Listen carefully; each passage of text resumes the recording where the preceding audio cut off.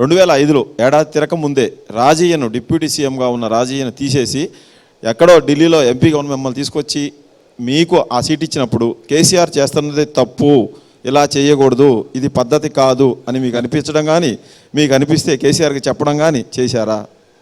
అది జరుగుతుందా అండి? అట్లా అలా చెప్తారా? మీరు వ్యవస్థే లేదన్నారు కదా. అలా ఎవరైనా చెప్తారా?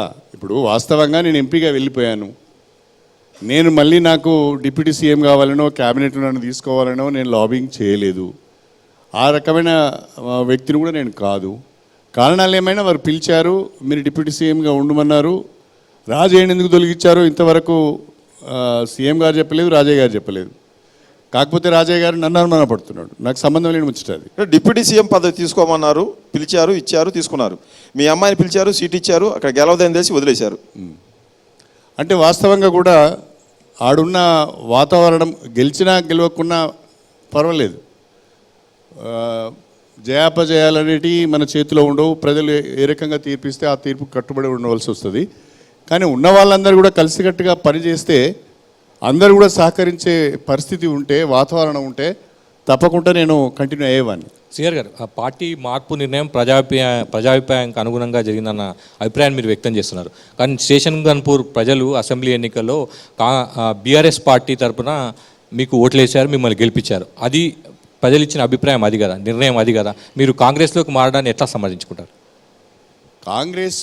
కాంగ్రెస్ పార్టీకి మారటానికి 2-3 కారణాలు ఉన్నాయండి. ఒకటి, నేను ప్రధానంగా ఆలోచించింది, జాతీయ స్థాయిలో భారతీయ జనతా పార్టీ దూకుడును పెంచింది. భారతీయ జనతా పార్టీ నరేంద్ర మోడీ ప్రభుత్వం ఈ 10 సంవత్సరాల కాలంలో బడుగు బలహీన వర్గాల పట్ల, పేద వర్గాల పట్ల చాలా నిర్లక్ష్యంగా వ్యవహరిస్తున్నది. దళితులకు కానీ, ముస్లింలకు కానీ, క్రిస్టియన్స్కి కానీ, మహిళలకు కానీ, ఆ మాటకొస్తే ఓబీసీలకు కానీ ప్రత్యేకంగా ఒక పథకాన్ని రూపొందించి అమలు చేద్దామనే ఆలోచన నరేంద్ర మోడీ ప్రభుత్వానికి లేదు, చేయలేదు. రాబోయే రోజుల్లో కూడా వాళ్ళు మాట్లాడుతున్న తీరు ఎట్లా ఉంది అంటే, 3వసారి నరేంద్ర మోడీ గారు వస్తారు, నరేంద్ర మోడీ గారు కనుక వచ్చినట్లయితే రాజ్యాంగాన్ని మారుస్తాం, లౌకికవాదాన్ని తీసేస్తాం, అవసరమైతే రిజర్వేషన్లను కూడా ఎత్తివేస్తాం. రిజర్వేషన్లు ఆల్రెడీ ఎత్తివేస్తున్నారు ఇండైరెక్ట్గా. డిస్ఇన్వెస్ట్మెంట్ పేరు మీద, ప్రైవేటైజేషన్ పేరు మీద, ఒక మాటలో చెప్పాలంటే ఇండైరెక్ట్గా రిజర్వేషన్లు ఎత్తివేస్తున్నారు, పోతున్నాయి ఉద్యోగాలన్నీ.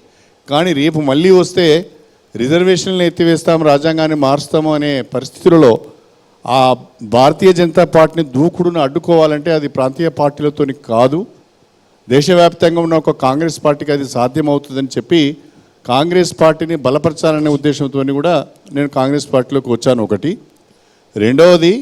రెండవది ప్రధానంగా రాష్ట్రంలో కాంగ్రెస్ పార్టీ అధికారంలో ఉన్నది.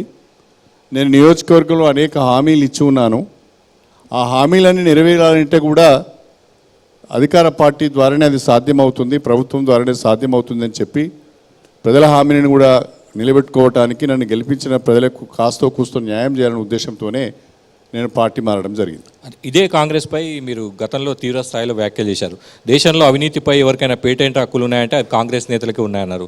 ప్రజలను మోసం చేయడంలో కాంగ్రెస్ పార్టీకి వెన్నెతో పెట్టిన విద్య అన్నారు. కాంగ్రెస్ పార్టీ పని తక్కువ, ప్రచారం ఎక్కువ అన్నారు. దేశంలో కుటుంబ రాజకీయాలను ప్రోత్సహించింది కాంగ్రెస్ అన్నారు. ఇన్ని మాటలు అన్నారు. మళ్ళీ మీ కుటుంబం టికెట్ కోసం మళ్ళీ కాంగ్రెస్ పార్టీలోకి వెళ్ళారు. కుటుంబం టికెట్ కొరకు కాదు, వాస్తవంగా ఒక రాజకీయ పార్టీలో ఉన్నప్పుడు ఆ రాజకీయ పార్టీ యొక్క లైన్కు కట్టుబడి మాట్లాడతాం. నేను బీఆర్ఎస్ పార్టీలో ఉన్నప్పుడు బీఆర్ఎస్ పార్టీ లైన్కు కట్టుబడి మాట్లాడవలసి వస్తుంది. ఎవరైనా ఒక రాజకీయ పార్టీలో ఉన్నప్పుడు ఆ రాజకీయ పార్టీ యొక్క లైన్కు కట్టుబడి మాట్లాడవలసి వస్తుంది తప్ప వేరే విధంగా భిన్నంగా మాట్లాడటానికి ఆ పార్టీ బాగా చేసింది, ఈ పార్టీ బాగా చేసింది, ఆ నాయకుడు బాగా చేసింది, ఈ నాయకుడు బాగా చేసిందని అధికార పార్టీలో మనకు ప్రతిపక్షంలో ఉన్న వాళ్ళ గురించి గొప్పగా చెప్పుకునే అవకాశం ఉండదు. తప్పకుండా రాజకీయ విమర్శలు చేసినప్పుడు పార్టీ లైన్ కట్టుబడి చేస్తాము.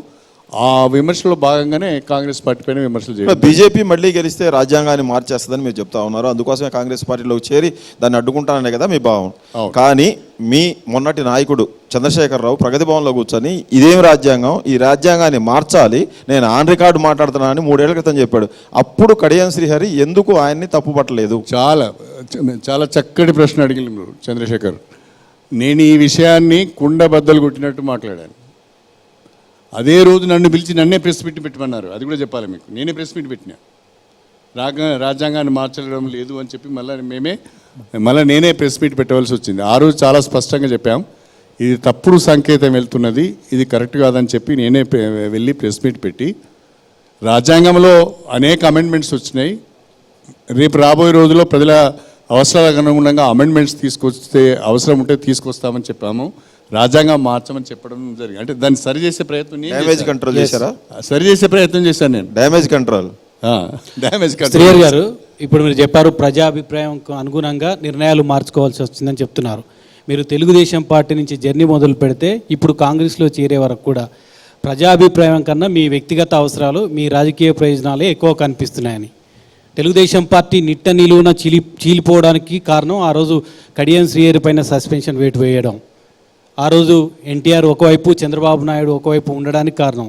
ఈరోజు బీఆర్ఎస్ పార్టీ కష్టాల్లో ఉన్నప్పుడు కేసీఆర్ని చాలామంది మోసం చేశారు, చాలా రకాలుగా మోసం చేశారు. కానీ కడియం శ్రీహరి లాంటి వ్యక్తి మోసం చేయడాన్ని నేను చూడలేదు అని కేటీఆర్ కూడా అన్నారు.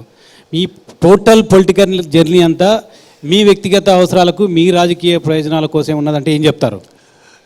పూర్తిగా తప్పు అండి ఇది.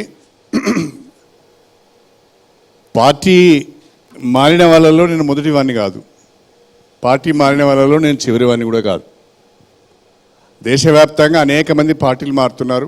ఆ మాటకు వస్తే సాయంకాలం వరకు ఉన్న ప్రభుత్వం తెల్లవారి వరకు బోర్డే తిప్పేసే సంఘటనలు కూడా అనేక మనం చూసాం. అందరిలాగానే కడియం శ్రీహరి వినండి చూసాం.